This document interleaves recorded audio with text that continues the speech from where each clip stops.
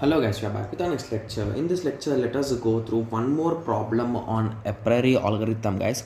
So in our last lecture, we gone through a problem only with the minimum support, right? Yes. So if you recall, so in minimum support, we initially have a database. Okay, in that you initially separated based on the solo items, right? Yes. Once you did for solo items, then you checked whether they are satisfying the minimum count. If they are satisfying, they will enter into the dual count. That is nothing but in dual count you'll be taking two items at once. Again you'll be checking, whoever satisfied will go to the next round, and this process continues until you end up with nothing. So once you end up with nothing, you move to the previous step and take those values as the result, and that pair or that combination is the final result, guys. Okay, yes. So if it is a k nth step, it will be having n items in it, right? In that way. Okay, yes. So once it is done, then you will be doing a small step, guys. So it will take around half page at max, guys. So that step is with this confidence. So until then, this problem is also the exactly the same one, guys. Okay, sir. So there is nothing to get confused or nothing to think too much. Please take a piece of paper and come on, let's solve it, guys. Okay, yes. So let me write the question as usual. T100, T200, T300, T400. Okay, so we are having KADB. Okay, DACEB. Okay, CABE. Okay, BAD. Okay, so I think everyone remembers what is the first step that we should do. Please cross check whether you wrote correctly or wrong, guys. Okay, yes. Okay, yes. So once it is done, you can remove the question paper. Okay, let me write the minimum support and all those things also. Minimum support is equals to 60%. Okay, minimum confidence is equals to 80%. Okay, nice. Okay, so let us start. So basically here we are having how many letters, guys? We are having A, B, C, D, E and K, right? Yes, that's it. I think according to me, those are the only letters. Okay, so let us start scanning. So once you scan, you will be getting those items B, C, D, E and K. Yes, we got them. So now let us count them. So in how many transaction A is there? So in all four we are having A. Okay, 1, 2, 3, 4. Okay, even B is also in all of them. Wow. C 1, 2. Okay, only in 2 it is having. Whereas D 1, 2, 3. Okay, D is in 3. And E. Okay, E is only in 1. Okay, 2. Okay, E is again only in 2. And K is only in 1. Okay, yes. So now you wrote the frequency. Okay, now the minimum count is 60%, right? Out of total, right? So here you will be calculating in this way, guys. So 4 by 4, 2 by 4, 3 by 4, 2 by 4, 1 by 4. So your question will be why I wrote by 4, right? So I am saying in terms of percentage. So into 100 you do if you want in terms of percentage directly, right? Yes. So basically here what I am doing is the current count or the probability of a count of that particular letter by total. Okay, so basically occurrence of that letter by total transactions. So total transactions are 4, so that is the why the denominator is 4, right? Yes, so this is a 1, this is a 1, this is a 0.5, 50%, this is a 0.75, this is a 0.5, this is a 0.25, right? Yes, so we need a minimum of a 60, means it is a greater than or equal to 60, right? So pass, fail, pass, fail, fail. So at the end we ended up only with the 3 letters, right? According to me, let me check in the paper. Yes, we ended up with exactly 3 letters. Okay, yes. So now you understand the combinations again. So basically now we got the first step, right? So now create the combinations. So combinations for this are really easy: AB, AD and BD, right? Yes. So again, I hope everyone knows what to do now. So how many ABs are there? So 1, 2, 3. Okay, we are having only 3 or 4, guys. I think in that, okay, 4. Here BA is there. Okay, so I was a bit confused with that. Okay, similarly AD 1, 2, no, 3. So here we are having AD is a 3. Similarly BD 1, no, 2, 3. Okay, so this is also 3. Okay, so again the total number of transactions are how many, guys? 4. So by 4, by 4, by 4. This is 100%, this is 75%. Okay, 75%. Guys, please understand that if you want to convert into percentage, just multiply by 100, guys. Don't forget that thing. If you are trying to convert into percentage, okay, yes. Okay, so now all three of them have been passed the test, right? Yes. So now convert them into three combo. Okay, so this is a single set. These three passed. Dual set, all three passed. So now let us go through trios. Okay, so here we are having only three letters, so it will indirectly end up at A, B, D, right? Yes. So how many times ABD is there, guys? Here we are having ABD 2 times. Okay, indirectly it is having 3 times. Wow, it is a 3 by 4. The probability will be 75%, right? So it is passing. Okay, so further can we do anything, guys? No. So indirectly we are stuck at this point, right?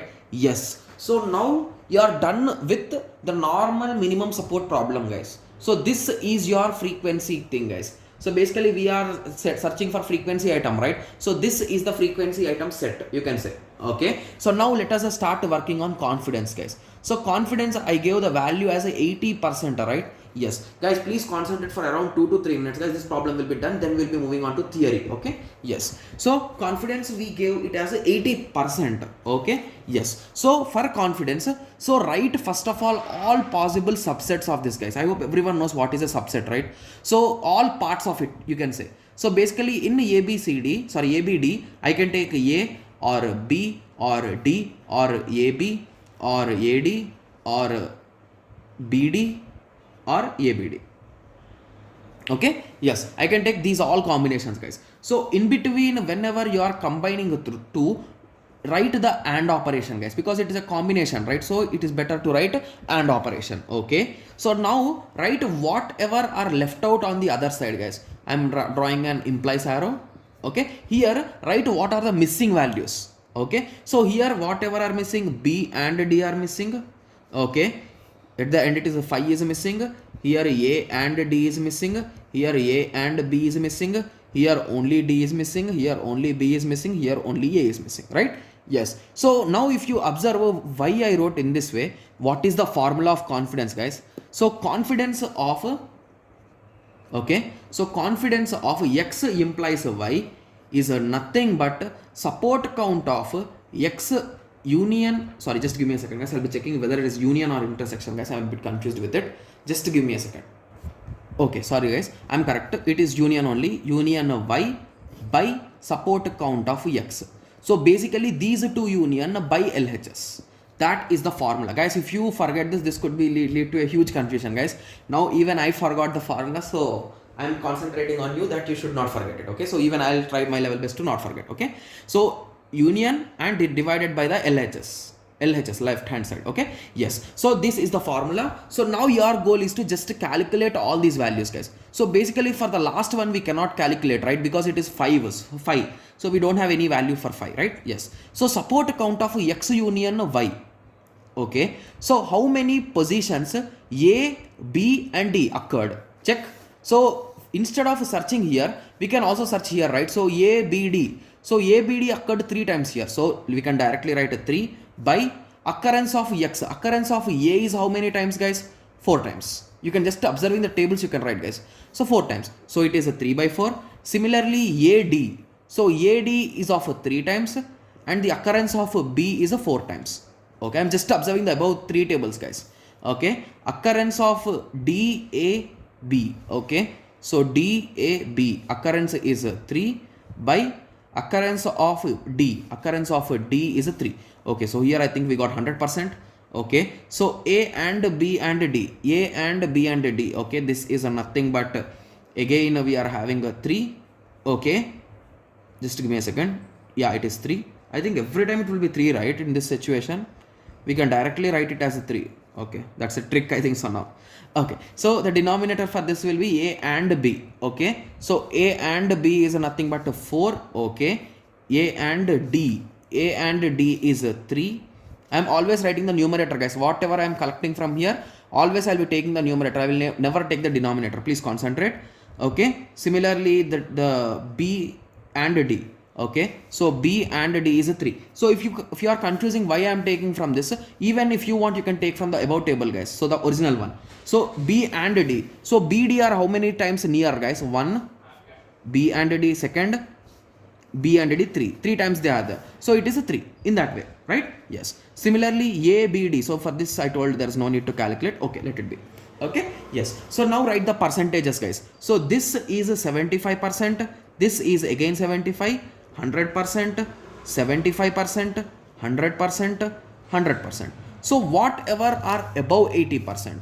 So this is above 80%, this is above 80%, and this is above 80%. So here you can conclude that D implies A and B. Okay. Similarly, A and D implies B. Similarly, B and D implies A. So these are our, okay, so these are our associative rules, guys, you can say, right? Yes. So because someone who is buying a D item can buy a combination of A and D. A person who buys A and D, there is a chance that he would buy B. Similarly, a person who bought B and D, there is a chance that he will buy A. So these are the rules which we have finally found out, guys. Okay, so if you want, you can check in the same PDF which we solved. In that also the same process is there, guys. I have cross-checked the answer while I am solving itself, because I don't want to do any kind of mistakes while solving these kind of problems. Okay, yes. So let us now go through the theoretical part of this a priori algorithm, guys. Okay, yes. So a priori algorithm is given by R. Agarwal and R. Srikanth, okay, in 1994, okay, for finding the frequent item sets. So the main goal is to find the frequent item sets, guys. Okay, so we apply an iterative approach of level wise search where k frequent item sets are used to find k plus 1. So initially we start with 1, and using one item set we will be making 2 items a set. Using 2 we make 3, using 3 we make 4, until we reach 5 or there is no further process. At that situation we will settle there, or we'll move back and we'll settle there, in that way, right? Yes. So a priori property, guys, I think I did not write a priori property clearly, guys, because I searched multiple times and I tried to refer multiple videos and textbook also, but I'm not getting that much clarity on this topic. Okay, so I just wrote the outline of it. Okay, so all non-empty subsets of a frequent item sets must all be frequent. Okay, so if you have a frequent item set, a sub part of it should also be frequent. So it is saying that here, let us take. So here you are having A, B, D, right? So just to take any 2 letters, guys. So this is 3 letters, right? So take any 2 letters. Okay, you are saying AD, right? So AD. So what is AD, guys? AD is a 4. It is 100% satisfying, right? Yes. So any subset you take, it will follow. So that is proper. That is a priori property, guys. Okay. So for this we are having 2 steps: joint and prone, guys. Okay. I did not find any clear info on that. Okay, so on final frequency item set, making into all possible 2 combinations, we can write associativity rules. So we wrote, right? Yes. So by calculating the confidence and support. So basically if you write in bracket, so basically for these 3, okay, just give me a second. Okay, so we wrote like this, right? So in bracket write confidence score and the normal score, guys. That is nothing but support score. So you can write it clearly. In that way also you can do, guys. Okay, yes. So I hope everyone got a clear idea on this. So in the next lecture we'll be discussing some issues of a priori algorithm, guys. Okay, yes. So let us meet in the next lecture. Thank you. Thanks for watching.